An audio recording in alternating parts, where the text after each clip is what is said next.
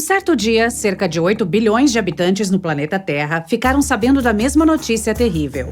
Alguns viram na TV, outros ouviram ao telefone enquanto navegavam pelas mídias sociais ou ouviam música. Alguns testemunharam essa notícia em um sonho enquanto dormiam. A voz de alguém falou em todos os idiomas para garantir que todos entendessem.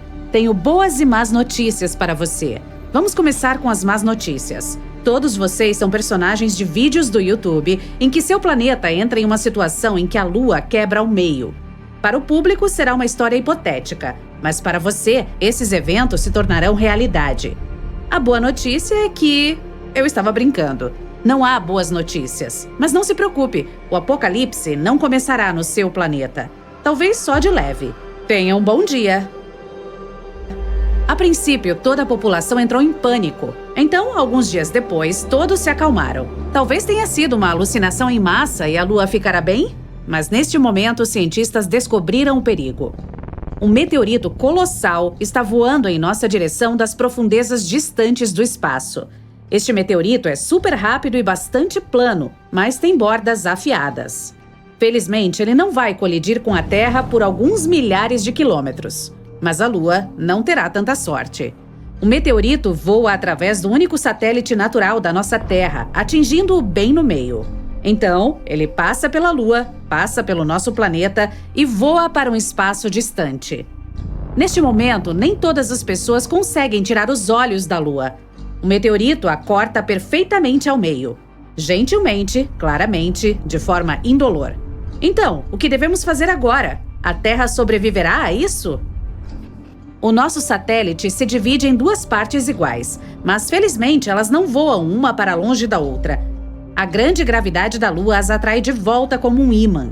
Os cientistas têm certeza de que as partes se conectarão em alguns bilhões de anos e a Lua se tornará a mesma que costumava ser.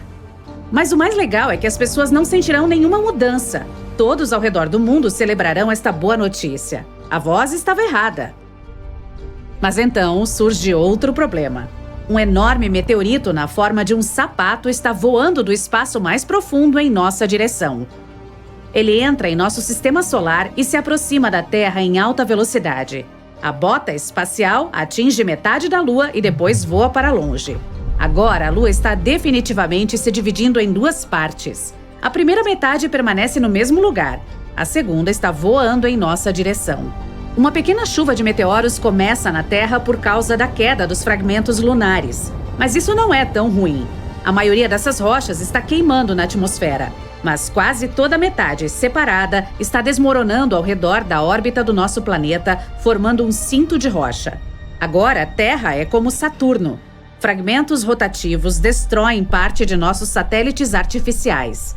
A comunicação e a internet funcionam de forma inconsistente.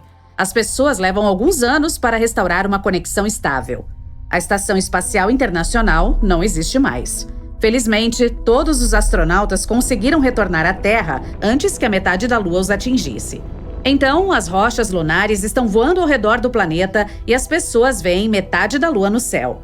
A vida não muda muito nos primeiros dias, mas aqueles que vivem na costa dos mares e oceanos percebem as consequências. A Lua costumava influenciar as marés, voava ao redor da Terra e fazia com que os oceanos tomassem uma forma oval. Havia marés no lado onde a Lua estava mais próxima.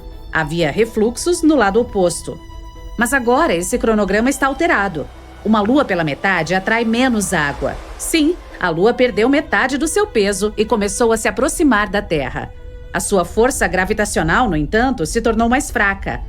Aves marinhas, muitas espécies de peixes, tartarugas marinhas e outros animais costeiros podem não sobreviver a essas mudanças. Seus instintos naturais associados à Lua os ajudaram a determinar o momento de obter comida, de reprodução e de voar para o sul. Por exemplo, pequenas tartarugas esperam uma maré forte pela manhã. Elas correm para a água, mas a água não as alcança. As tartarugas não conseguem se esconder no oceano a tempo e se tornam um jantar de gaivotas. Os caranguejos não conseguem botar ovos porque a maré começou mais cedo do que o habitual. Lobos enlouquecem na floresta. Eles uivam alto todas as noites e não conseguem parar. Todo mundo natural não consegue entender o que está acontecendo. O corpo humano também está sentindo algum desconforto. Muitas pessoas têm pressão arterial baixa e alta, e algumas sentem fortes dores de cabeça. Metade da Lua muda todo o ecossistema do planeta. Adaptar-se às novas condições levará várias dezenas, talvez centenas de anos. Algumas semanas se passam e as pessoas percebem que os dias agora são mais curtos. A Lua sempre retardou a rotação da Terra, fazendo um dia durar 24 horas. A Terra está girando mais rápido agora. A noite e a manhã chegam mais cedo do que todos estão acostumados. A velocidade de rotação do nosso planeta aumentou, reduzindo para 15 o número de horas por dia. As pessoas sofrem de insônia ou sono excessivo. O corpo precisa de tempo para se acostumar com isso. Os cronogramas de trabalho estão mudando em todo o mundo. Anteriormente, as pessoas chegavam ao escritório às 9 horas e saíam às 18 horas. Agora elas chegam às 7 horas e saem às 14. O tempo de sono ficou mais curto e as pessoas estão muito tristes por causa disso. O progresso diminui devido ao curto tempo de trabalho. As tecnologias do futuro estão agora de 20 a 30 anos atrasadas. O pagamento por hora permanece o mesmo, então os chefes agora pagam menos por menos horas de trabalho. A Lua inteira estabiliza o tempo e o clima do planeta. Olhe para Marte. Tem 2 pequenas luas. Elas giram rapidamente em torno dele e balançam Marte em torno de seu eixo. Como resultado, ventos fortes, tempestades de areia e temporais geralmente acontecem no planeta vermelho. Agora, a metade da Lua que se aproximou de nós tira a Terra da sua rotação estável. Isso muda as temperaturas sazonais no mundo. Fica ainda mais quente em lugares quentes e tempestades de neve acontecem em regiões frias. Chuvas fortes e curtas em vez de tempo ensolarado. Uma brisa típica pode se transformar em um furacão e pequenas ondas em um tsunami. As estações estão mudando mais rapidamente agora. Os invernos são mais frios e os verões são mais quentes. Alterar a rotação do planeta afeta o campo magnético da Terra. Como os sistemas de bússola e navegação estão instáveis agora, precisamos recalcular onde estão o norte e o sul. Os pássaros não conseguem voar para o sul para esperar o inverno, já que não sabem em que direção voar. Sua bússola interna não está funcionando. Várias centenas de anos se passaram. As pessoas estão totalmente acostumadas com as novas condições na Terra. Novas espécies de animais e peixes apareceram. Os pássaros podem navegar pelo céu com o auxílio da Lua novamente. A economia do planeta foi restaurada. Os salários por hora se tornaram mais altos. As pessoas agora dormem o suficiente, de 5 a 6 horas por dia, e trabalham por 4 a 5 horas. A redução do dia e da noite também afetou a indústria do entretenimento. Os filmes agora duram 1 hora. Um episódio típico de algum seriado dura 30 minutos. A vida fica mais rápida. Uma pessoa comum agora vive até os 96 anos de idade. Na verdade, a passagem do tempo não mudou nada. Seu cálculo, sim. Vários milhares de anos se passaram. As pessoas parecem diferentes. Agora elas têm olhos grandes que absorvem mais luz. Uma lua pela metade não é tão brilhante quanto ela inteira. Então as noites ficaram mais escuras. O olho humano levou alguns milhares de anos para desenvolver a capacidade de ver claramente nesta nova escuridão. Os animais precisam navegar melhor nessas condições, então seus olhos também se tornaram maiores e mais sensíveis. Durante todo esse tempo, as pessoas limparam a órbita das rochas lunares. Várias estações espaciais voam ao redor do nosso planeta. E, novamente, as pessoas ouvem essa voz estranha que uma vez lhes disse que eram todos personagens em um vídeo hipotético do YouTube. Desta vez, a voz diz: "Sua história termina porque o vídeo termina. Sinto muito. Boa noite." Você já se perguntou por que a Terra não tem anéis? Os gigantes gasosos Júpiter, Saturno, Urano e Netuno os têm, mas os planetas rochosos Mercúrio, Vênus, Terra e Marte não. 2 teorias diferentes explicam como os sistemas de anéis se desenvolveram.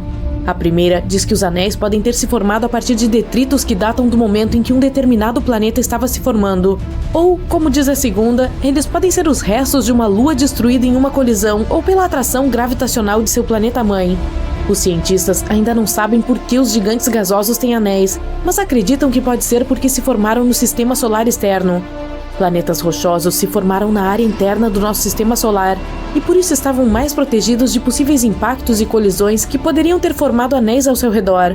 Ou a razão é que planetas maiores têm um volume maior, o que permite que um sistema de anéis permaneça estável. Alguns cientistas acreditam que o nosso planeta tinha um sistema de anéis há muito tempo. Em seu estágio inicial, um objeto do tamanho de Marte atingiu a Terra, e isso provavelmente resultou em um denso anel de detritos. Mas esse sistema de anéis logo se aglutinou, e foi assim que a nossa Lua se formou. Há mais de 10 anos, em 2011, os astrônomos encontraram uma enorme nuvem de vapor de água a cerca de 12 bilhões de anos-luz do nosso planeta. Essa nuvem é a fonte de água mais antiga que conhecemos. Data de quando o universo tinha apenas 1,6 bilhão de anos. Atualmente, tem 13,8 bilhões de anos. Essa nuvem incomum também é a maior fonte de água que conhecemos. Ela contém 140 trilhões de vezes a quantidade de água que a Terra contém em seus oceanos. É gigante! O interessante é que essa nuvem de vapor está meio que alimentando um buraco negro. Pode conter gases como monóxido de carbono em quantidade suficiente para ajudar esse buraco negro a crescer até 6 vezes mais do que o seu tamanho atual. Todos sabemos que a Terra tem uma Lua, mas tem outros 2 asteroides, 3.753 Cruithne e 2002 AA29, bloqueados em ressonância orbital com o nosso planeta. O primeiro, na realidade, não circula ao redor da Terra, mas tem algum tipo de órbita sincronizada com o planeta, e é por isso que parece que está seguindo a Terra em uma órbita estável, enquanto tem seu próprio caminho específico ao redor do Sol. O outro, 2002 AA29, segue uma órbita em ferradura ao redor do nosso planeta. Seu caminho específico aproxima esse asteroide de nós a cada 95 anos. Você deve pensar que Netuno é um lugar extremamente frio e escuro. Afinal, é um gigante de gelo a 4,5 milhões de quilômetros de distância do Sol. Não há muita luz solar lá, então o meio-dia em Netuno é semelhante ao crepúsculo em nosso planeta. Esse gigante de gelo parece estar criando seu próprio calor. Para ser mais precisa, 2,6 vezes mais calor do que recebe do Sol. Isso provavelmente tem a ver com a pressão perto do núcleo do planeta. Ela aumenta e libera hidrogênio, que mantém o centro de Netuno a uma temperatura extrema de 5.150 graus Celsius, mas sua atmosfera ainda é bastante fria. Varia entre cerca de menos 150 e menos 200 graus Celsius. Qual é a forma que vem à sua mente quando alguém menciona tempestades? Provavelmente ovais longas de furacões e tornados cônicos. Isso é algo que vemos na Terra. No Polo Norte de Saturno, tem uma tempestade que dura pelo menos os últimos 40 anos e tem uma forma hexagonal. Essa forma tão estranha provavelmente tem algo a ver com o gás turbulento de Saturno, ou talvez até mesmo com jatos zonais que se estendem por muitos quilômetros até uma região de pressão extremamente alta. Você já se perguntou por que os planetas não brilham enquanto as estrelas brilham? Se você estivesse lá fora, no espaço, não as veria cintilando. A razão pela qual vemos estrelas cintilando é devido à atmosfera da Terra. A luz do tamanho de um alfinete proveniente de uma estrela atinge a atmosfera. A atmosfera então a refrata, o que faz com que a luz faça um zigue-zague. Isso é o que percebemos como brilho. Planetas parecem muito maiores para nós do que apenas alfinetes. E sim, a luz deles zigue-zagueia depois de atingir a atmosfera também. Mas esses movimentos se cancelam, e é por isso que não vemos a cintilação, mas apenas um brilho constante. Em algumas regiões, você pode esperar grandes mudanças de temperatura.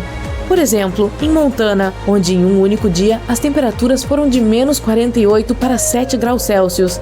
Parece muito, mas ainda não é nada em comparação com Mercúrio, onde as temperaturas tendem a variar mais do que 540 graus Celsius em um único dia. Elas atingem cerca de menos 170 graus Celsius à noite e eventualmente sobem para 430 graus durante o dia. Imagine o guarda-roupa que você precisaria preparar para uma única visita de 24 horas a Mercúrio. Por que a atmosfera do nosso planeta natal não desaparece no vácuo do espaço? Mesmo que não possamos vê-las, as moléculas de gás e vapor que formam a nossa atmosfera têm massa. Assim sendo, todas essas moléculas sentem a atração gravitacional da Terra, assim como nós. Elas poderiam escapar, é verdade, se tivessem energia suficiente. Por exemplo, se nosso planeta estivesse mais perto do Sol, a atmosfera seria mais quente e suas moléculas poderiam fugir mais facilmente. Mas, felizmente, a Terra está na distância certa do Sol e tem massa suficiente para manter sua atmosfera no mesmo lugar.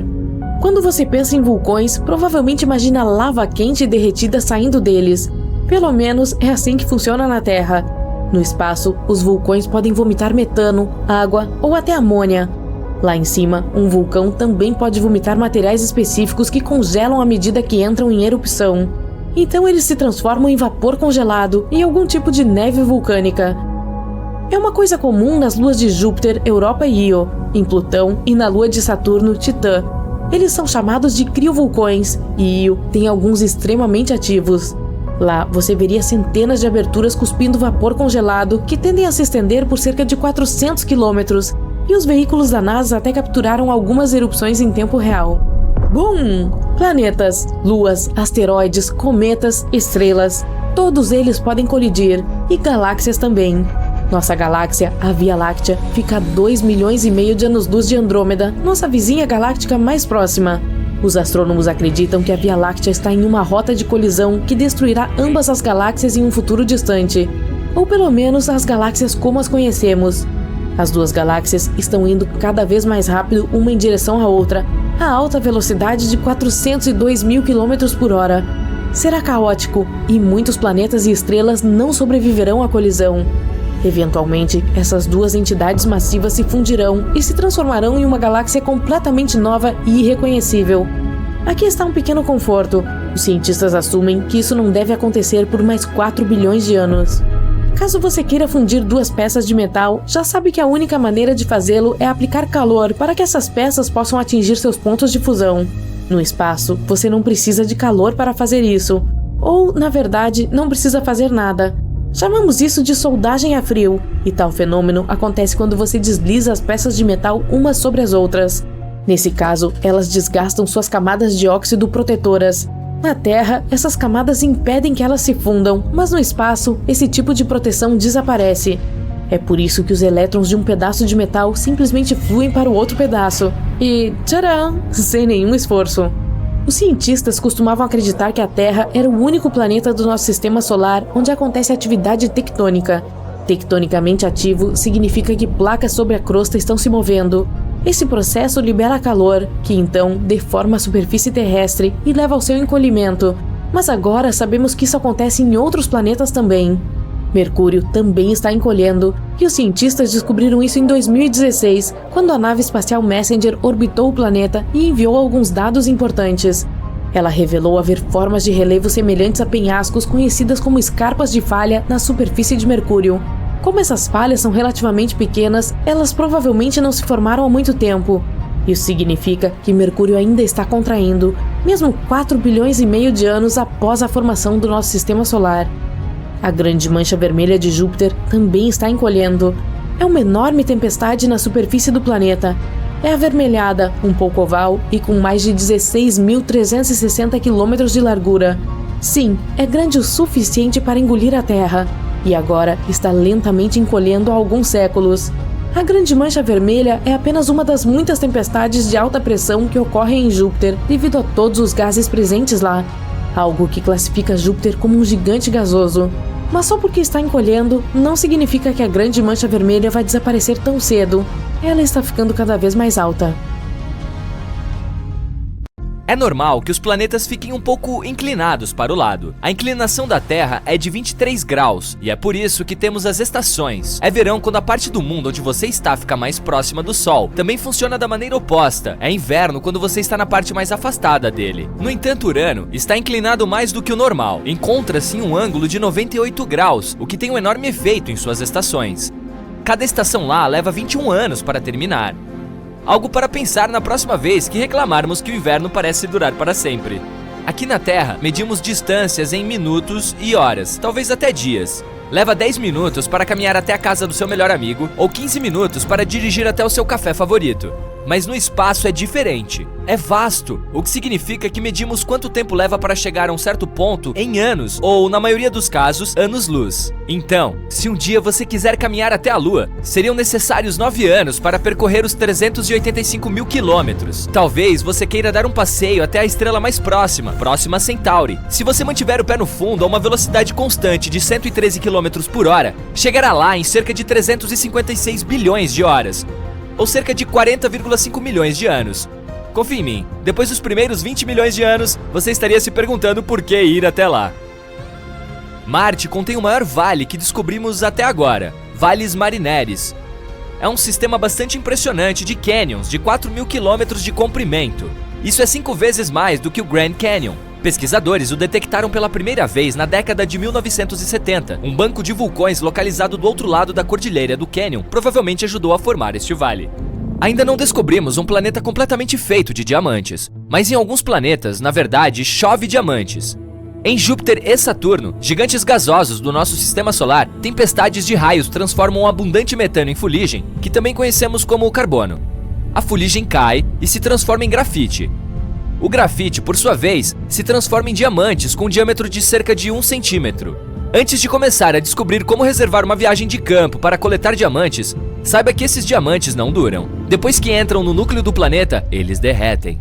Já notou que se você olhar as estrelas 2 noites seguidas no mesmo horário, digamos às 21 horas, as estrelas ficam no mesmo lugar, mas a Lua não? Há 2 razões para isso. Primeiro, depende de que horas você vai observar as estrelas. Por exemplo, se você sair às 20 horas hoje e amanhã procurar por elas às 23 horas, verá a Lua em 2 lugares bem diferentes.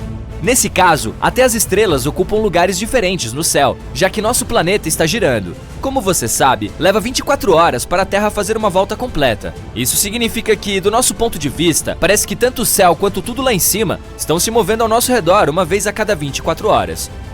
Da mesma forma, o Sol muda de posição, nascendo e se pondo todos os dias. Então, se você sair 2 noites seguidas na mesma hora, na maioria dos casos, terá que esperar mais meia hora ou até mais até que a Lua volte à mesma posição da noite anterior.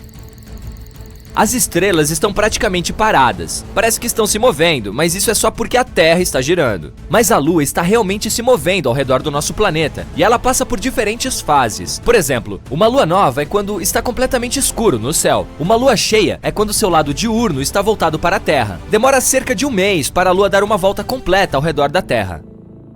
Talvez você tenha mais sorte em uma expedição de coleta de diamantes neste próximo planeta, a 40 milhões de anos-luz da Terra, 55 Cancrier. Os cientistas costumavam chamá-lo de superterra. Uma superterra é geralmente um planeta muito maior que o nosso. Este planeta, por exemplo, tem o dobro do tamanho da Terra.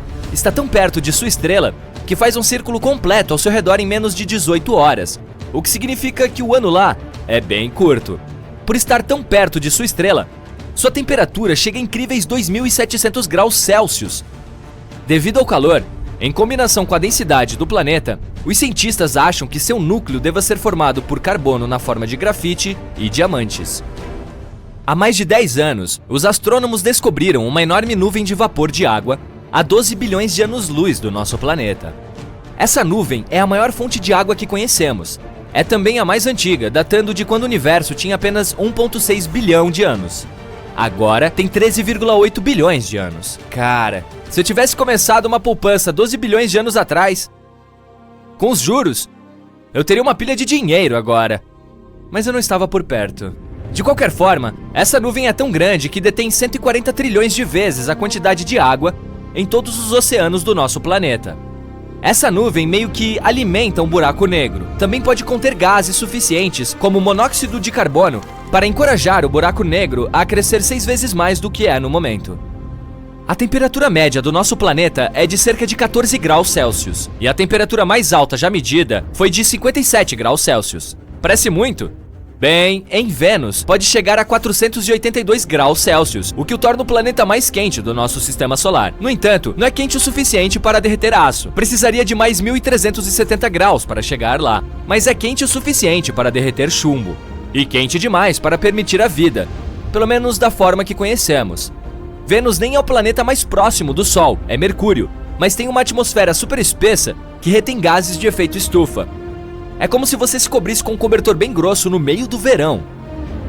Estamos acostumados a ver vulcões expelindo lava quente derretida. Afinal, é isso que eles fazem, principalmente na Terra. Mas no espaço, os vulcões tendem a expelir metano, água ou amônia. E esses materiais congelam à medida que entram em erupção e eventualmente se transformam em vapor congelado e algo chamado neve vulcânica.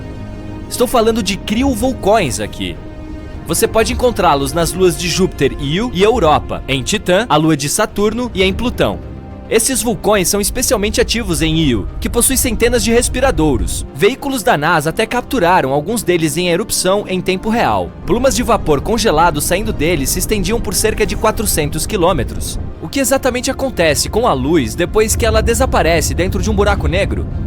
O fóton é uma partícula de luz. O horizonte de eventos é o limite do buraco negro. Quando algo, digamos, um fóton, cruza a linha e entra nesses limites, não pode mais escapar.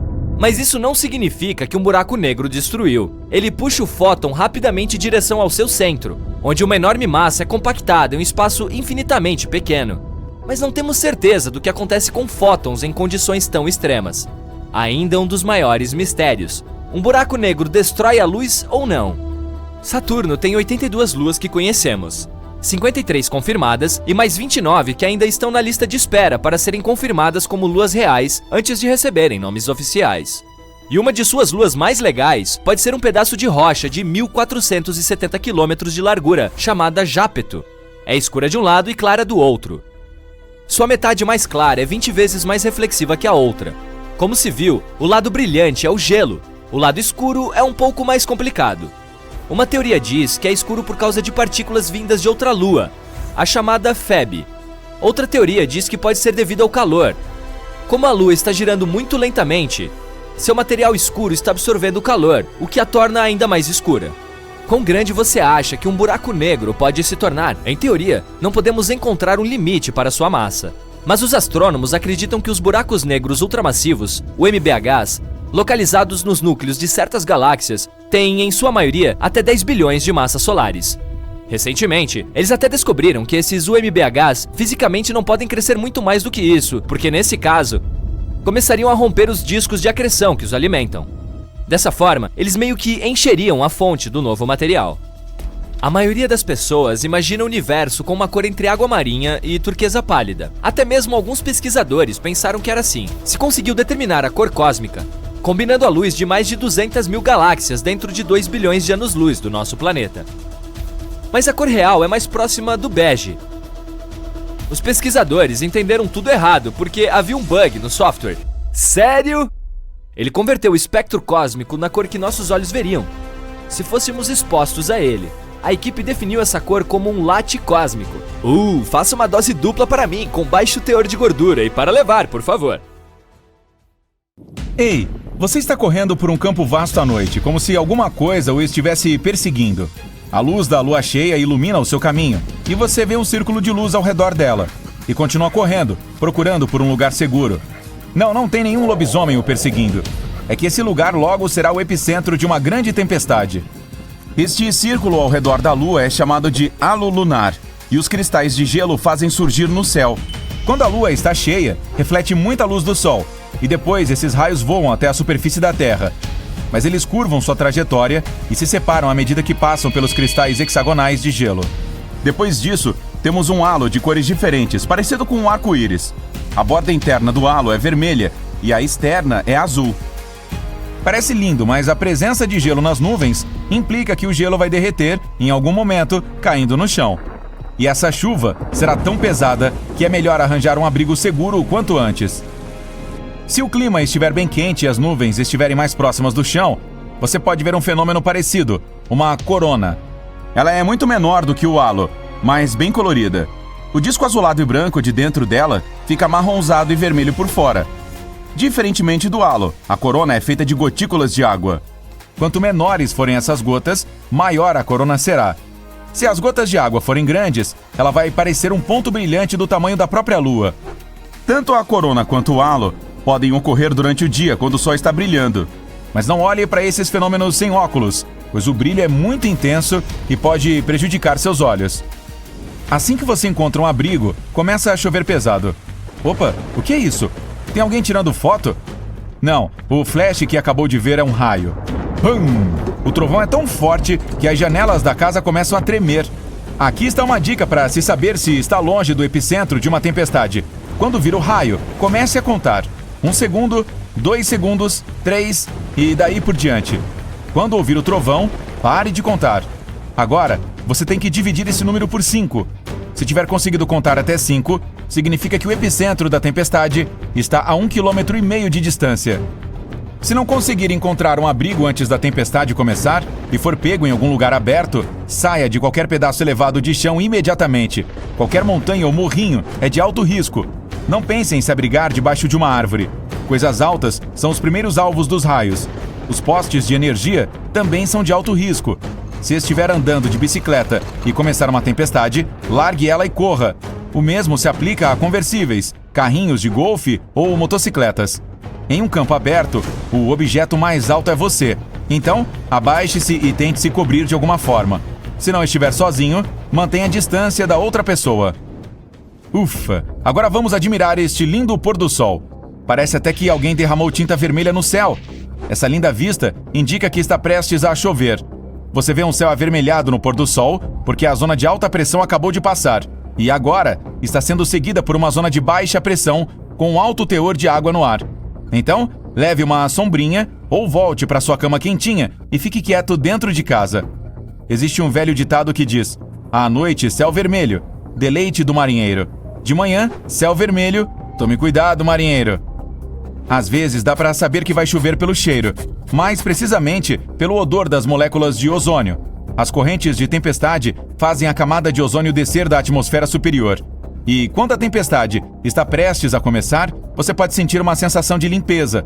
É como se você tivesse acabado de lavar o chão com água limpa. Seu olfato fica mais sensível antes de começar a chover.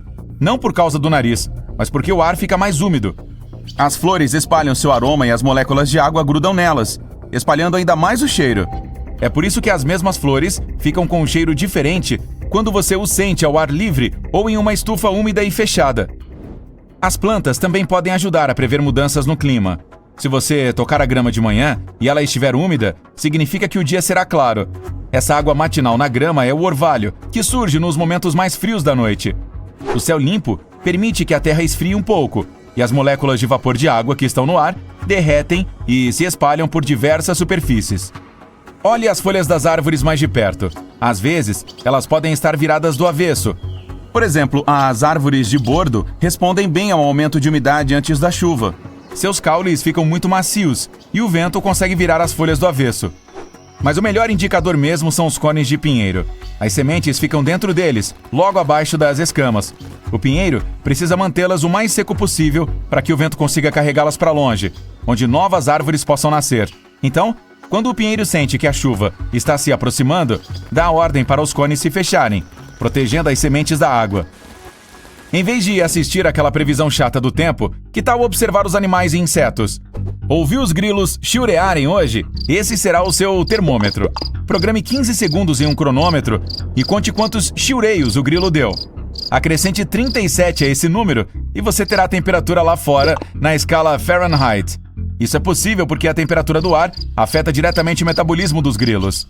Eles podem chiurear mais devagar ou mais rápido, dependendo do quão quente está. Então, jogue seu termômetro fora e arranje um grilo. Agora, se não gosta muito de insetos, olhe para o céu e procure algum pássaro. Se ele estiver voando alto, o dia será limpo e ensolarado. Mas antes de chover, a pressão do ar impede que as aves voem alto. Se as vir voando em bandos, lentamente, é porque provavelmente estão procurando um abrigo. Então, mesmo se o céu estiver limpo, pode se preparar, pois a chuva está chegando. Se você morar perto de algum rio ou lagoa, certamente consegue ouvir os sapos coachando. Tem gente que odeia esse barulho, e ele fica ainda mais alto antes de alguma chuva pesada. Os sapos, de modo geral, adoram o clima molhado, então ficam empolgados. A chuva também é o melhor momento para as fêmeas botarem ovos. Então, elas gritam alto, à procura de um macho para acasalar. Ai! Um mosquito acabou de te picar. Se os mosquitos estão agressivos demais, é melhor procurar um abrigo rápido. Eles podem estar tentando comer mais, pois durante uma tempestade não conseguem se alimentar. Outra coisa, o ar quente e úmido nos torna mais doces, então acabamos sendo mais picados por esses carinhas. Os insetos também se juntam em bandos antes de uma tempestade. Eles adoram a umidade do ar e começam a dançar em círculos, mas pouco depois desaparecem no ar. Isso significa que você tem apenas 1 hora para agir antes que a chuva pesada comece. Para prever o tempo para o dia seguinte, é só observar as abelhas. Se for chover amanhã, elas trabalharão mais hoje e polinizarão as flores ativamente, pois não conseguirão sair da colmeia no dia seguinte em razão da chuva. Os esquilos conseguem ter acesso à previsão do tempo para a estação inteira. Eles geralmente guardam comida para as épocas frias. E se começarem a fazer isso mais cedo, significa que o inverno será severo. Também dá para vê-los correndo por toda parte, à procura de bolotas. Eles as escondem no chão e correm para procurar mais uma, só que geralmente se esquecem de onde esconderam sua comida. Então, as bolotas aquecidas germinam, formando novas árvores. Obrigado, amiguinhos! Os animais também conseguem prever desastres, como terremotos. Uma vez, alguns cientistas fizeram um estudo em uma região da Europa onde havia terremotos frequentes. Eles colocaram rastreadores em vacas, cães e ovelhas. Cerca de 18 mil terremotos ocorreram lá durante aquele período. A maioria foi insignificante, mas houve também 12 com magnitude 4 na escala Richter. E toda vez que um terremoto estava prestes a acontecer, os pesquisadores notaram um comportamento estranho nos animais. Era como se estivessem tentando escapar da região. Os cientistas acreditam que os bichos conseguem sentir com seus pelos a ionização do ar antes de um terremoto. O excelente olfato deles também os permite perceber cheiro de gás. Ele vem do subsolo, que está se movendo, e depois tenta encontrar passagem por pequenas fissuras na superfície. Os primeiros registros desse comportamento datam da Grécia Antiga. Gatos, ratos, cobras e centopeias saíam de suas tocas e fugiam tentando salvar suas vidas, antes de um grande terremoto atingir a região. Alguns peixes são capazes de prever o tempo na região onde vivem. Quando os tubarões estão perto da margem, nem sempre significa que estão em busca de comida. Eles podem estar se escondendo de uma grande tempestade no mar. O pior sinal no litoral é quando a água começa a subir abruptamente. Nessa situação, dá para ver a margem inteira, inclusive os peixes e corais na terra. Corra imediatamente, pois em breve uma onda gigante de tsunami chegará, levando tudo e todos. Você acorda uma manhã e assiste ao noticiário enquanto toma seu café. Eles conseguiram mais uma vez. Esses cientistas, o âncora de notícias grita na TV. Um relatório foi divulgado há alguns dias afirmando que a Lua está se afastando mais da órbita da Terra.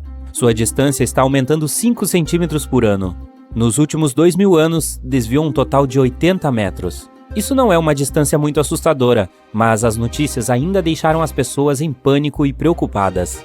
Cientistas ao redor do mundo se uniram para tentar impedir que a Lua fugisse da órbita da Terra, mesmo que, na verdade, ainda fosse precisar de mais de 1 bilhão de anos para que isso acontecesse. Mas todos estavam focados nos benefícios da Lua. É óbvio que a vida na Terra, como a conhecemos, não teria evoluído sem a sua existência. A Lua controla as marés e as moléculas na atmosfera. Sem ela, os humanos em particular não teriam evoluído. Então, com a apreciação da Lua, o alto escalão ordenou que os melhores cientistas apresentassem uma solução para trazer a Lua para mais perto da Terra. Um motor de propulsor gigante foi construído no lado escuro da Lua. Foi acionado e os impulsos tentaram empurrá-la, mas isso não foi forte o suficiente. Em vez disso, inclinou o eixo da Lua, girando-a lentamente. À medida que a Lua girava, os cientistas correram para desligar o motor antes que ele alcançasse sua potência máxima, pois estavam saindo do curso. Os oficiais não aceitaram o pedido e ordenaram que continuassem com a missão. Os cientistas insistiram que a matemática não estava correta e não sabiam exatamente o que poderia ocorrer. Suas preocupações foram ignoradas e eles observaram como a potência do motor aumentava. O motor empurrou lentamente a Lua, reduzindo a distância. Mas, como foi acionado no momento errado, o ângulo em que ela estava proporcionou complicações. O empuxo e a gravidade da Terra garantiram que a Lua seguisse a órbita a uma distância reduzida. Mas, com a combinação do impulso inicial em um ângulo indireto, a Lua foi direcionada para longe da Terra, movendo-se rapidamente mais longe de sua trajetória, em um caminho para sair da órbita por completo. Ao terminar seu café da manhã e desligar a TV, você sai para olhar para a Lua. Está bem acima, aparentemente bem. Certamente o âncora do noticiário estava apenas exagerando. Você vai trabalhar. As questões lunares agora são apenas uma reflexão. Mesmo que fosse verdade, como isso poderia afetar seu dia? Amanhã parece normal, apenas mais um dia no escritório como esperado. Durante a pausa para o almoço, você vai para a cidade e percebe no seu caminho que o vento está aumentando, ficando cada vez mais frio. Deve ser uma tempestade se aproximando. Você verifica rapidamente a Lua. Parece menor, cerca de metade do tamanho do que era nesta manhã. Mas é meio-dia, então deveria estar desse tamanho, não? Depois de terminar sua refeição no restaurante, você sai e descobre que ficou mais escuro. O vento está muito mais forte do que antes, mas não há nuvens de tempestade no céu. As pessoas nas ruas estão apontando para o céu, chocadas com algo, provavelmente um eclipse. À medida que as pessoas começam a correr freneticamente nas ruas, você olha para cima e não consegue ver a Lua. Confuso com tudo, você decide ir para casa por hoje. Quando chega em casa, liga a TV. O âncora, que agora está mais sério do que antes, explica que a Lua deixou completamente a órbita terrestre e está voando para algum lugar espaço afora. A perda da Lua significa que o ciclo diário mudou. Agora, há apenas 6 a 12 horas de luz solar por dia e mais de 1000 dias por ano. Eu só tenho que trabalhar metade disso mesmo, você diz animado, dando socos no ar para comemorar. A falta da Lua cria um mundo completamente diferente. A atração da gravidade lunar é o que mantém a Terra no lugar em um ângulo de 23,5 graus, garantindo os padrões climáticos e os dias normais aos quais estamos acostumados. Confuso com todas as informações científicas, você sai para confirmar que não está sendo enganado. Uma semana de trabalho mais curta parece bom demais para ser verdade. Ao olhar para o céu, você percebe que as estrelas estão mais brilhantes do que antes. Você pode ver claramente os contornos dos braços da Via Láctea. As estrelas são muito mais numerosas do que você se lembra, com Vênus brilhando muito mais do que todas elas. É uma bela vista, mas você não tem certeza se um céu noturno mais claro vale a perda da Lua. Você nunca se interessou por astronomia. Então decide ir dormir. É uma boa ideia se ajustar ao novo ciclo noturno e diurno. Você ajusta seu alarme para 2 horas. Isso deve ser o suficiente, você diz para si mesmo feliz. Afinal, amanhã é sábado. Você precisa acordar cedo para surfar e pegar aquelas ondas da maré alta. Você acorda, junta suas coisas e dirige até a praia. As notícias no rádio explicam algumas questões sobre como a Terra agora está mais indefesa contra asteroides sem a Lua. Depois, falam sobre alguns problemas com as marés, algo sobre como a maré agora é 1/3 do tamanho que costumava ser antes. Você não tem certeza de como isso pode afetar as ondas. Talvez isso signifique que elas serão maiores. Você estaciona na praia, pega sua prancha e olha para o local onde costumava surfar. Deve ser a maré alta, mas o mar está de alguma forma muito mais longe do que o normal. Você revela o fato de ter que andar em direção à água. Depois de uma longa caminhada entusiasmada em direção às ondas retorcidas, seu humor muda à medida que você se aproxima, olhando fixamente para as ondas pequenas. Chateado, vai para casa. Enquanto dirige, você ouve as notícias e presta mais atenção às informações. No lugar de estações bem definidas, existem apenas padrões climáticos erráticos. Os ventos são mais rápidos e fortes, criando tempestades mais poderosas e, em alguns lugares, há apenas condições estagnadas. O Equador nem sempre é mais quente.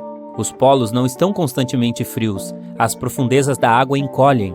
As marés só se ajustam à gravidade do Sol, reduzidas a 1/3 das profundidades pré-Lua.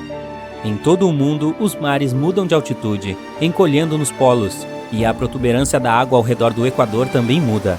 A Lua comandava as marés e fornecia as mudanças periódicas que eram um elemento-chave para ajudar na vida na Terra. As formas de vida aquática são deslocadas entre as águas rasas em todo o mundo. Ciclos de vida de micróbios importantes foram perturbados. Você não poderia imaginar que algo tão simples quanto uma mudança nas marés poderia ser tão importante para bilhões de formas de vida. A água e a precipitação, que estão distribuídas por todo o mundo, não podem fornecer sustento onde antes o faziam. O clima se tornou mais extremo, mais quente por períodos mais longos e mais frio para outras partes da Terra. Com o tempo, alguns milhares de anos no futuro, desertos secos farão a transição para eras glaciais. Essas mudanças intensas interrompem a ordem natural de todas as coisas para a vida na Terra. A Lua não apenas controlava as marés e o clima, mas costumava puxar moléculas para dentro da atmosfera à medida que se movia. O movimento, agora constante, interrompe moléculas, criando barreiras para a evolução futura. Você chega em casa, chateado depois de saber as notícias desanimadoras. Não só você nunca mais poderá surfar, mas toda a vida na Terra mudará. Uma era de involução começou. No ano seguinte, a flora e a fauna mudam para se ajustarem a este novo mundo. Animais migratórios que viajariam em direção a pastagens mais verdes não encontram nada. As aves ficam completamente confusas com a mudança nas estações. Animais que hibernam entram e saem de seus abrigos nos momentos incorretos, e a vegetação luta para crescer com a falta de luz solar. Animais noturnos não podem enxergar sem a assistência guiada do reflexo da Lua. Embora Vênus seja uma fonte de luz mais brilhante quando escuro, é apenas 1/1000 de fração tão brilhante quanto a Lua. Animais predadores que caçam durante a noite não são capazes de encontrar suas presas, proporcionando uma oportunidade para animais menores prosperarem. Embora a vida na Terra tenha mudado, ela continuará a existir, mas os ajustes repentinos se tornarão um teste para todas as esferas da vida. Com o tempo, será muito interessante ver quais espécies se adaptam e evoluem. Um mundo onde ratos e camundongos seriam mais proeminentes devido às suas capacidades adaptativas poderia criar uma nova espécie dominante por emergir. Em milhões de anos de evolução, seus descendentes florescerão principalmente. Poderemos ver roedores herbívoros do tamanho de búfalos cruzando as planícies e ratos do tamanho de um tigre vagando nas selvas. Camundongos que se aproximam de árvores com braços longos poderão se balançar entre os galhos. Outros provavelmente se mudarão para os mares, no lugar dos mamíferos, para se alimentar da vida aquática. Ratos predadores de olhos arregalados poderão ter traços semelhantes aos dos morcegos, com ecolocalização, tornando-se os conquistadores das noites escuras. Todas as novas espécies que surgirão, sem dúvida, continuarão a ser monitoradas por humanos, onde quer que estejamos. A tripulação espacial estava se preparando para o lançamento há mais de 3 anos. Os preparativos para o pouso no estranho planeta incluíam a coleta e o estudo de amostras de rochas do Grand Canyon, a exploração de antigas formações vulcânicas na área de testes de Nevada e a investigação de respiradouros de gás e lava, lagos de lava e crateras em vários locais no Havaí.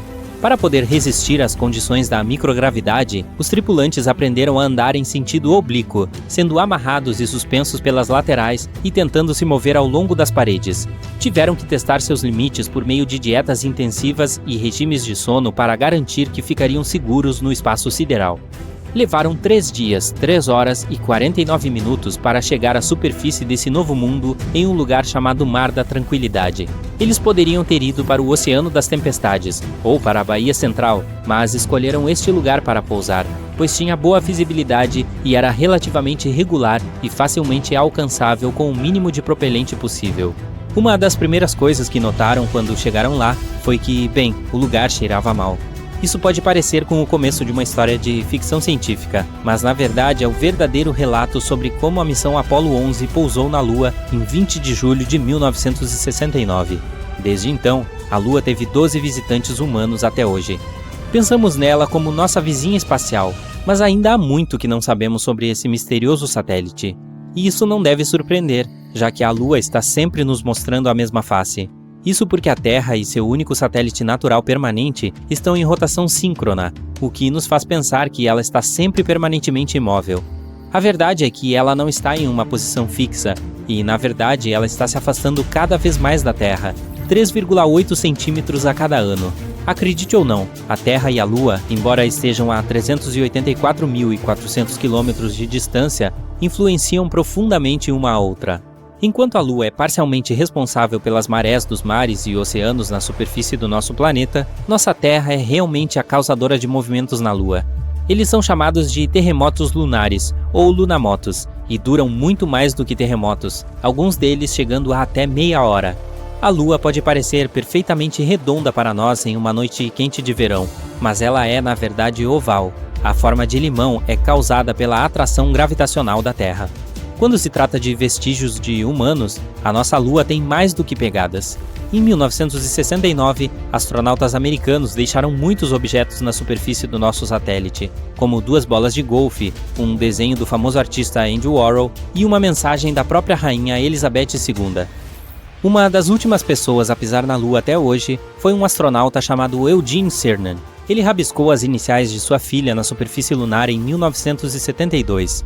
Como parece que não há vento ou qualquer outro tipo de mudança climática lá, as letras TDC podem ficar lá para sempre. Na verdade, é possível ser alérgico à Lua. Harrison Jack Schmitt, um astronauta da missão Apollo 17, passou um tempo no Vale do Mar da Serenidade. Depois subiu de volta ao módulo lunar da tripulação e ficou um pouco de poeira lunar nele. Assim que tirou o traje espacial, ele ficou com os olhos vermelhos, espirrando e com outras reações alérgicas que duraram 2 horas. Como está tão perto de nós, estabelecemos que a Lua tem um fuso horário próprio. Nós o chamamos de tempo lunar padrão, mas ele não corresponde ao tempo na Terra. Para ter um equivalente, a explicação é um pouco mais complexa, mas em termos simples, um ano na Lua é dividido em 12 dias. Cada um desses dias recebeu o nome de um astronauta diferente que andou por lá. A data de início deste calendário coincide com o momento em que Neil Armstrong caminhou na superfície do nosso satélite. Assim, o dia 1º do ano lunar 1 começou em 21 de julho de 1969, às 2 horas, 56 minutos e 15 segundos do tempo universal. Como a Lua tem uma atmosfera muito fina, ela tem temperaturas bem malucas, tanto quentes quanto frias, que podem ir até 93 graus Celsius. Ao longo dos polos lunares, no entanto, a temperatura fica sempre em torno de menos 240 graus Celsius. Os humanos sempre tentaram traçar uma conexão entre o nosso satélite natural e a Terra, chegando a explicações do porquê que a existência da Lua nos influencia tanto. Na Idade Média, cientistas e filósofos pensavam que, durante a lua cheia, algumas pessoas eram mais propensas a ter diferentes condições de saúde. Como viram essa conexão inexplicável com a lua cheia, as pessoas com esses sintomas foram chamadas de lunáticas, ou às vezes, literalmente, com a doença da lua. Os humanos não são as únicas criaturas que vivem na Terra que são afetadas pelos ciclos lunares. Os donos de cães são 28% mais propensos a levar seu animal de estimação para a emergência veterinária durante a lua cheia. Você pode pensar que é por isso que os lobos têm essa preferência por uivar na lua cheia, ainda mais na cultura popular, mas os cientistas não conseguiram encontrar nenhuma conexão entre o comportamento dos lobos e os ciclos lunares, então pode ser apenas um mito. A maior cratera conhecida no nosso sistema solar também é encontrada na Lua e é chamada de Polo Sul Aitken. Essa formação gigante está localizada no lado oculto da Lua e mede 2.500 km de diâmetro. Uma das muitas coisas que ainda não entendemos completamente sobre nosso satélite são os incomuns flashes de luz que às vezes podem ser vistos em sua superfície. Os cientistas chamam essas explosões de fenômenos lunares transientes, com a sigla TLP em inglês, e foram vistas em todo o mundo por séculos. Um dos primeiros casos relatados de TLP foi em 1178, quando monges de Canterbury afirmaram ter visto uma tocha flamejante na superfície da Lua depois que o Sol se pôs. TLP não significa simplesmente flashes de luz. Relatórios também detalharam outros eventos incomuns, como névoas gasosas, colorações avermelhadas, verdes, azuis ou violeta, ou mesmo o escurecimento de certos locais na Lua. Será que algo estranho está acontecendo com a nossa Lua? Isso está iniciando ou começamos a perceber isso com os novos equipamentos de estúdio espacial que temos hoje? Existem muitas teorias diferentes que os cientistas desenvolveram tentando reunir o que pode estar causando esses eventos. Os flashes lunares incomuns podem ser causados por qualquer coisa, desde impactos meteóricos até atividade eletrostática. É difícil identificar a explicação para cada evento, pois a maioria desses episódios é lembrada por um único observador na Terra ou de um único local.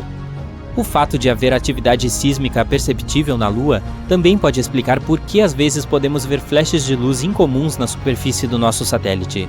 Quando a sua superfície se move, pode causar a erupção de diferentes gases refletores de luz, o que pode explicar os desenvolvimentos luminosos. Alguns cientistas até sugeriram que a atividade geológica residual também pode ser a causa. Isso é ainda mais chocante, já que sempre olhamos para a Lua como um mundo sem vida. Você já reparou como ela pode mudar de cor? Na verdade, existem muitas explicações científicas para isso. A Lua parece ser de uma cor meio cinza amarronzada quando vista fora da atmosfera terrestre. Quando observada da superfície da Terra, ela parece mudar de cor dependendo de vários fenômenos. A Lua vista perto do horizonte provavelmente será amarelada ou tingida de vermelho. A Lua mais rara, de cor azul, indica que você está olhando para o nosso satélite através de uma atmosfera que carrega partículas de poeira maiores. Ela pode até parecer roxa às vezes, mas o que causa essa tonalidade específica ainda está em debate. O fato de não sabermos exatamente se ou quanta água existe na superfície lunar não é a principal razão pela qual ainda não estamos construindo casas lá. Parece que, na verdade, a radiação tem muito mais a ver com isso. Estudos recentes mostraram que a superfície lunar tem uma taxa de radiação 5 a 10 vezes maior do que a que se encontra em um voo transatlântico de passageiros. Isso também significa que ela é 200 vezes maior do que a taxa na superfície da Terra. Nas futuras explorações lunares, como o projeto Artemis, por exemplo, os cientistas precisam levar isso em consideração para não expor os astronautas. Este programa recebeu o nome em homenagem a Artemis, irmã de Apolo, e visa não apenas colocar astronautas na superfície lunar no futuro, mas também construir algum tipo de estabelecimento para estudar a Lua em condições seguras. Embora o projeto tenha começado em 2017, a primeira missão planejada está programada para ser lançada no verão de 2022, com duração estimada de 25 dias. O objeto espacial sem tripulação a bordo está planejado para alcançar a órbita lunar e retornar com segurança com dados suficientes para a próxima missão de 4 pessoas, programada para maio de 2024. Espera-se que Artemis 3, 4 e 5 sejam lançadas em 2025, 2026 e 2027, respectivamente, cada uma com uma duração prevista de aproximadamente 30 dias. Ok, eu oficialmente desisto da esperança de que a Lua seja feita de queijo, gente. Uau, nem mesmo Goda! A bola lunar brilhante, ou uma banana torta, ou a metade de uma moeda, dependendo da fase em que está, tem diferentes camadas em seu interior, assim como a Terra. Uma dessas camadas é chamada de núcleo interno. Há cerca de 20 anos, os cientistas estavam observando como a Lua girava. Usando esses dados, eles concluíram que ela tinha um núcleo externo fluido, mas o núcleo interno era difícil de ser estudado, então eles não sabiam se era sólido como uma rocha ou derretido como um líquido quente. Mas agora as coisas estão mais claras. Os astrônomos reuniram dados de diferentes missões, incluindo a missão Apollo, em que os astronautas foram à Lua e coletaram informações. Além disso, eles usaram uma técnica especial chamada dados sísmicos. Esse método consiste em estudar como as ondas sonoras se movem através das coisas. Tomemos como exemplo os terremotos em nosso planeta. Quando ocorre um terremoto, ele cria ondas que atravessam o solo. Os cientistas podem detectar e analisar essas ondas para saber mais sobre o interior da Terra. A mesma ideia pode se aplicar a outros objetos em nosso sistema solar, como planetas ou, neste caso, a Lua. Quando ocorrem terremotos ou moonquakes, eles geram ondas sonoras. Ao ouvir e estudar cuidadosamente essas ondas, os cientistas podem criar um mapa detalhado do que há dentro do objeto. Eles podem descobrir coisas como as diferentes camadas, do que são feitas e como estão dispostas. Para verificar o interior profundo da Lua, os cientistas também usaram algo chamado laser ranging. Esse método mede a distância entre a superfície da Terra e a Lua com muita precisão. E tadã! O núcleo interno do nosso satélite natural é uma bola densa e sólida feita de ferro, exatamente como na Terra. Ele tem cerca de 500 km de largura, o que equivale a quase 15% do tamanho da Lua inteira. Os pesquisadores também encontraram evidências que apoiam a teoria de que a camada entre a superfície da Lua e seu núcleo, chamada de manto, tem se movido à medida que a Lua evolui ao longo do tempo. Esse movimento é algo que chamamos de revolvimento do manto lunar e pode explicar por que encontramos elementos ricos em ferro na superfície lunar. O material do manto acaba sendo levado para cima e a rocha vulcânica permanece na crosta da Lua. Alguns dos materiais dessa rocha eram muito densos, como eu. Então eles simplesmente afundaram de volta no material mais leve da crosta até o limite entre o núcleo e o manto.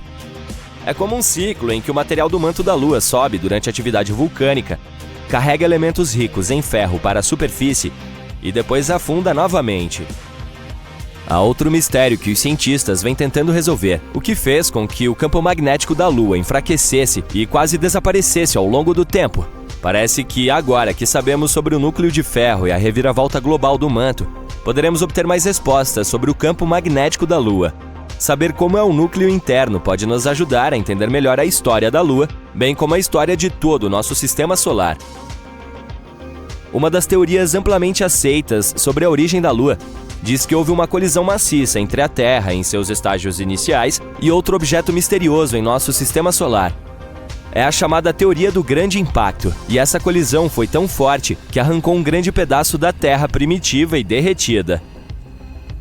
Se você colocasse uma moeda ao lado de uma ervilha verde, teria uma boa ideia do tamanho do nosso planeta em comparação com a Lua. Esse pedaço foi então enviado para a órbita do nosso planeta. E isso pode ter acontecido cerca de 95 milhões de anos após a formação do nosso sistema solar. O objeto que colidiu com a Terra poderia ter cerca de 10% da massa do nosso planeta natal e aproximadamente o tamanho de Marte.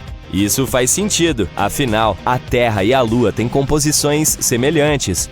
É claro que existem outras ideias sobre como a Lua se formou. Uma delas diz que a força gravitacional do nosso planeta a capturou. Isso significa que a Lua era apenas um objeto que passava inocentemente por ali quando, de repente, foi atraído e puxado para a órbita da Terra. Existe até a hipótese de que a Terra roubou a Lua de Vênus. Nesse caso, a Lua não deve se queixar. Acho que a vista é muito melhor aqui. Então sim, a Lua e a Terra são semelhantes no que diz respeito a rochas e alguns minerais, mas a Lua não tem a mesma atmosfera do nosso planeta. Sua atmosfera é fina e consiste em alguns gases estranhos que incluem potássio e sódio, o que não é algo que se pode encontrar na atmosfera de Marte, Vênus ou Terra. E as rochas da Lua não contêm água, Mas isso não significa que não haja água lá em cima. Há muito tempo, no século 17, os astrônomos viram grandes manchas escuras na superfície da Lua. Um desses astrônomos achou que essas manchas pareciam oceanos, então as chamou de Maria, que significa mares em latim. Outros astrônomos também fizeram mapas da Lua e usaram o termo Maria para descrever essas manchas escuras. Por exemplo, Mare Tranquillitatis, traduzido como Mar da Tranquilidade, onde a Apollo 11 fez seu pouso. Mas parece que essas manchas escuras não são de fato oceanos. Elas são planícies feitas de lava endurecida que entrou em erupção há muito tempo. Essas erupções vulcânicas deixaram para trás áreas lisas e planas chamadas de planícies de basalto. No final do século XIX, um observador do céu estudou a Lua e descobriu que ela não tinha uma atmosfera. Sem uma atmosfera, não há nuvens nem ar para evitar que a água evapore. Portanto, os cientistas pensavam que qualquer água na Lua desapareceria imediatamente. Eles acreditavam que a Lua era totalmente seca. Mas então, em 1961, um físico teve uma ideia diferente. Ele apontou que poderia haver água na Lua em áreas especiais chamadas regiões permanentemente sombreadas. Esses são pontos na Lua onde o Sol não brilha, portanto eles permanecem escuros o tempo todo. Assim, o gelo de água poderia existir nessas áreas escuras porque elas são extremamente frias e o gelo não evaporaria. Mas, quando os astronautas das missões Apollo foram à Lua, eles trouxeram de volta amostras do solo e os cientistas não encontraram sinais de água nelas. Assim, todos voltaram a pensar que a Lua era completamente seca. Nos anos 1990, a NASA concentrou-se nessas crateras sombreadas e encontrou altas concentrações de hidrogênio, o que significa que poderia haver gelo nos polos da Lua. Eles ainda não tinham certeza, então continuaram cavando e, depois de algum tempo, encontraram hidrogênio preso dentro de minúsculos grânulos de vidro vulcânico. Como não há vulcões ativos na Lua atualmente, isso significa que é provável que havia água na Lua quando esses vulcões entraram em erupção há muito tempo. Além disso, poderia haver muito mais água nos primórdios da nossa Lua. Em 2020, a missão Sofia, da NASA, nos mostrou o que estávamos procurando há muito tempo. Afinal, existe água na Lua. Acontece que a água está escondida entre os grãos de poeira lunar ou grudada na superfície nas áreas iluminadas pelo Sol da Lua. Portanto, não há oceanos como os que temos na Terra, mas pelo menos há alguma coisa. Mas a pergunta permanece. Como a água chegou até lá? Parece que a Lua teve uma história caótica na época em que estava se formando, como provavelmente a maioria dos planetas e luas do nosso sistema solar. Portanto, há algumas evidências de que a água chegou lá por meio de cometas que atingiram sua superfície nos velhos tempos, ou talvez continue chegando por meio daqueles que estão se chocando contra a Lua atualmente. Estamos falando de uma situação caótica em que micrometeoritos gelados colidem com a superfície da Lua, e a poeira faz uma bagunça ainda maior ao interagir com o vento solar. Mas estamos aguardando para saber mais sobre isso. Porque, como todos sabemos, quando se fala em água, inevitavelmente também se fala em vida. É por isso que queremos saber mais sobre, por exemplo, todo aquele gelo escondido nas crateras polares da Lua. Talvez ele possa nos ensinar mais sobre como a vida se desenvolveu na Terra. Talvez os cometas tenham trazido todos os elementos necessários para cá. E se alguns desses elementos também estiverem presos no gelo da Lua?